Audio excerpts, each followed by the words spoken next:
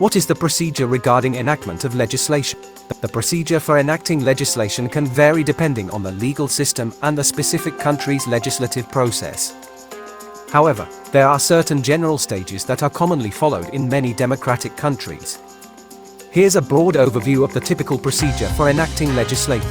Part 1. Introduction and first reading. A proposed bill is introduced in either the lower or upper house of the legislature, depending on the country's legislative structure.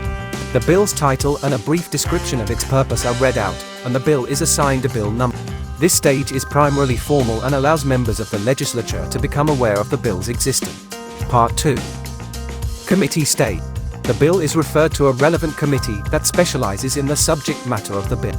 The committee reviews the bill in detail, holds hearings, gathers evidence, and may propose amendment. This stage allows for in-depth examination and refinement of the bill's provision. Part 3. Second reading. The bill returns to the full legislative chamber for the second reading debate. Members discuss the general principles and objectives of the bill. A vote is taken at the end of the debate. If the bill passes the vote, it moves to the next stage. Part 4. Committee of the whole House. In some legislatures, the bill is discussed by the entire legislative body in a committee format. This allows for further debate and potential amendments to specific clauses of the bill. Part 5. Report stage. The bill returns to the full chamber after committee consideration for the report stage. Members have another opportunity to propose amendments to the bill. These amendments are often debated and voted upon. Part 6. Third reading.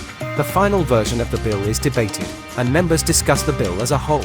Typically, no further amendments are allowed at this stage. A final vote is taken. If the bill passes, it moves to the other house of the legislature, if applicable. Part 7. House-to-house consideration, bicameral system. If the country's legislative system involves two chambers, such as a lower house and an upper house, the bill goes through a similar process in the other house. The second house may propose further amendments or modifications to the bill. Part 8. Concurrence and reconciliation, bicameral system.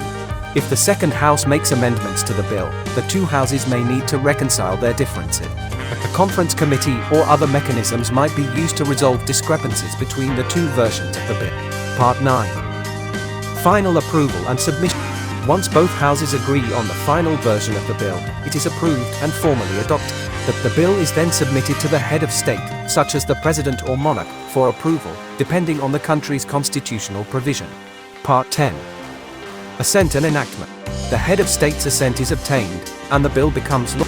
It is then officially published and added to the statute book. It's important to note that this is a generalized overview of the legislative process, and the specific steps and stages can vary significantly from country to country. Additionally, legislative procedures can be influenced by factors such as the type of bill, example, budget bills, constitutional amendments, and the urgency of the matter.